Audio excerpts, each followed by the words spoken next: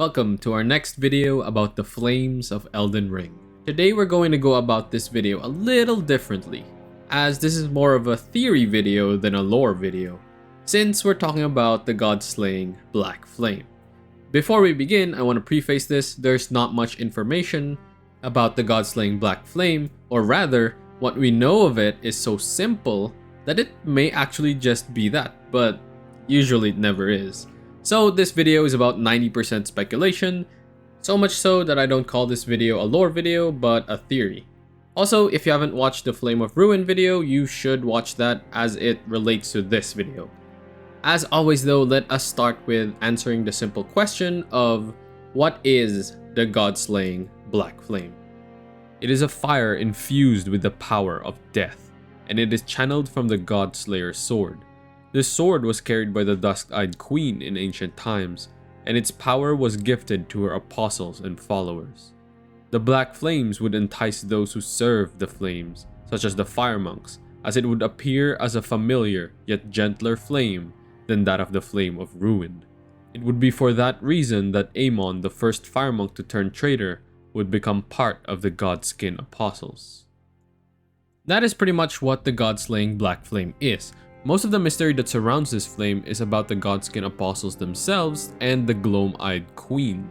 But there are already a lot of analysis and theories on who the Gloam-Eyed Queen is, so I won't get into that. And frankly, I have nothing to add, as I have no idea of who it might be. Instead, I'm going to focus more on the flame itself. Do note though that from this point forward, it's pretty much all speculation. So what I wanted to speculate on is the origin of the Black Flames. In my previous two videos, we have the origins of both the Frenzied Flame and the Flame of Ruin. But the simple origin of the Black Flame is that it came from the God-Slayer's sword and is imbued with the power of destined death. But is that really just it? Well, yes, kinda, but I think it goes a little deeper than that. We do have to understand more about the Godskin Apostles though in order to truly understand the god-slaying Black Flame. The first thing to note is how old the Godskin Apostles actually are. You see, the Godskin Nobles, who are the most ancient apostles, have been alive since the time of the Crucible, which is the Erdtree in its primordial form. Let me give a quick explanation of what the Crucible is.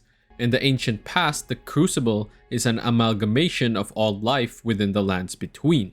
A real Crucible looks like this, and all life was basically the contents of that Crucible, which was blended together. This means that beings were born with aspects of various creatures. In the examples we have from talismans and incantations, humans could have wings, scales, tails, horns, and many other aspects. Kind of like what the Godskin Nobles look like. And even the Apostles to a certain extent. The Crucible Knights draw power from the Erdtree in this form, allowing them to create divine shapes of humans of the past. The ancient Godskin Apostles are also like this, but instead of just drawing power from incantations, they simply still embody the very aspect of the Crucible they assimilated in human physiology. Now, what does this have to do with the Black Flame itself? Like we saw in the picture of what an actual crucible is, you'll notice that, well, the crucible is on fire, or rather it's under extreme heat. In my previous video where I talked about the Flame of Ruin, remember that the Flame of Ruin itself is anathema to the Erdtree, meaning it is the thing the Erdtree hates the most, or it is the curse to the Erdtree. Why is that though? Well, only the Flame of Ruin can burn the Erdtree and return it to its primordial state as a crucible. This got me thinking, if all life was blended together into the crucible of the Erdtree and mixtures of divine creatures were able to be created, what if aspects that are primordial in nature, like lightning and flame, are capable of the same feat? Meaning the reason we have a lot of different flames or even different lightning in the game is because its power can be blended together with other powers. What if in the ancient past, the Greater Will took the Crucible, created their version of life in the lands between, but they may have neglected the flames that could bring about its destruction. This could even be the mistake that the Three Fingers mentioned during the quest with Hayeta. The flames didn't just represent destruction, but also curses, ruination, and the like. As such, the flames were taken by different factions within the lands between.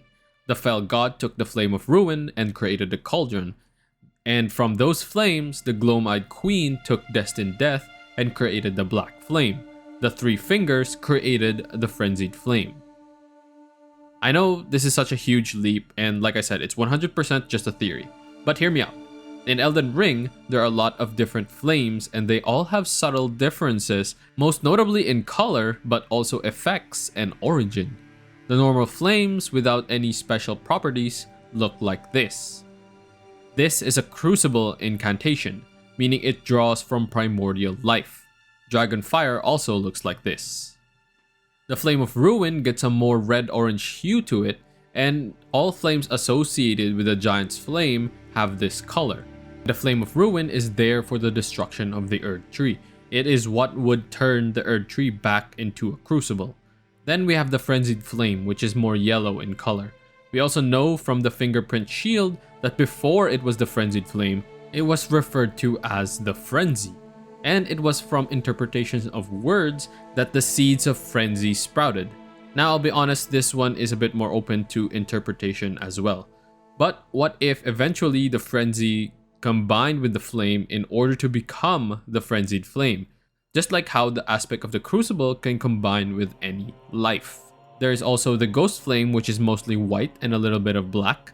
This was flame used by the Deathbirds and was present even before the Erdtree, meaning this already existed during the crucible. This flame was used to burn death. This is probably the form of true death before the time of the Erdtree. The difference with this though is that it's cold flame. It inflicts frost instead of doing fire damage. This, in my theory, is the first combination of the power of death and normal flame. Lastly, the black flame, which was capable of slaying gods, which may be a combination of destined death and the flame of ruin. But if I'm being honest, I think it's a combination of ghost flame and the flame of ruin, hence the color. The gods were divine beings, and the current demigods and god that we know of are strongly tied to the Erdtree. This means that maybe while their power was given to them by the greater will, it was formed from the power of the crucible. I believe they were impervious to normal death, and it takes the full power of the Rune of Death to truly kill them, as seen with the hollow brand of death between Godwyn and Ranni. And you had to intricately carve the hollow brand within their body to truly slay them, or probably just use the Black Blade of Malekith, which is basically the Rune of Death. So it is a Herculean task in order to truly slay a demigod, and probably much more for a true god. But there is something else that can harm the Erdtree and return it to its original form as the Crucible, and that's the Flame of Ruin. It was such a danger that Marika herself had to slay the fell god who had it. And so I believe that the Black Flame wielded a combination of the Flame of Ruin and Destined Death, or maybe even the Ghost Flame. Its frost aspect was removed due to its combination with the Rune of Flame, but the Black Flame wasn't so hot because of the frost aspect that weapons like the Godskin Peeler didn't do fire damage even though it is capable of channeling the Black Flames. But the Godslayer sword, which channels its full power, does do fire damage. This power was what the Gloam-Eyed Queen and the Godskins used in order to slay gods. These gods might be the ones in the walking mausoleums. They supposedly house soulless demigods. Those demigods may have been slain by the Godskin Apostles, but that's a theory for another time. But when Malekith sealed the Rune of Death, which by the way, it is never stated anywhere that he sealed the Rune of Death by defeating the Gloam-Eyed Queen. This means that he could have sealed the Rune of Death long after he defeated the Gloam-Eyed Queen, or even before. This basically means that the Gloam-Eyed Queen may or may not have had the Rune of Death long ago, but I am not too sure about that. So when Malekith sealed the Rune of Death, the true power of the God-slaying Black Flame was also sealed. It lost its death aspect with it, but it still worked as a flame.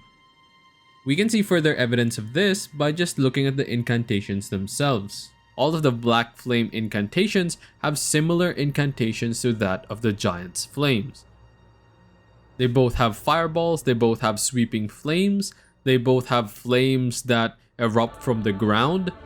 Even their incantation effect description is basically the same. This may also be why some fire monks betray the Flame of Ruin, because they can see a similar beauty of the flame within the god-slaying black flames.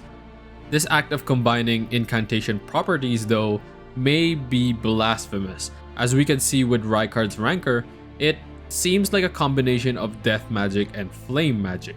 This is also basically the same principle behind the Taker's Flame, where it combines the serpent's ability to devour and the flame's ability to burn and do damage, thus giving you a life-stealing kind of flame in the Taker's Flame.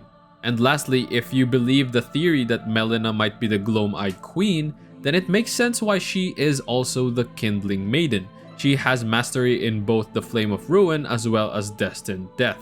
But once Destined Death was sealed, she basically only carried the power of the flame. And when Destined Death was unbound, and the Flame of Ruin was used up to burn the Erd Tree, she returned to becoming the Gloam-Eyed Queen, and her other eye this time was closed. I know it's a bit of a stretch, but I wanted to try my hand in theorizing as well.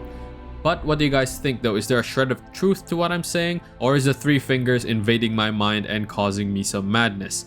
Let me know what you guys think in the comments down below. And if you made it this far, thank you for entertaining this crack theory. This is basically an experiment if I can make sense of anything that is going on behind the scenes. But yeah, thank you so much for watching.